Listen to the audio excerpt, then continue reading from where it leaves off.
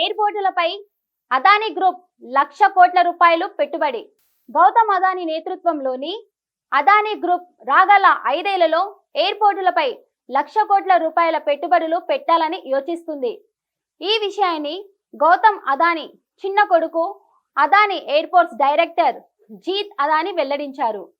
Aviation sector ఏటా 15 నుంచి 16% వృద్ధి నమోదు చెయ్యనుందన్న అంచనాల నేపథ్యంలో అదానీ గ్రూప్ ఎయిర్పోర్టులపై భారీ పెట్టుబడులకు ప్లాన్ చేసింది.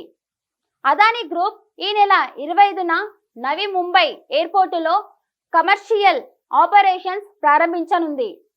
ఈ నేపథ్యంలో ఎయిర్పోర్టుల్లో 1,00,000 కోట్ల పెట్టుబడులు పెట్టబోతున్నామని అదానీ గ్రూప్ ప్రకటించింది.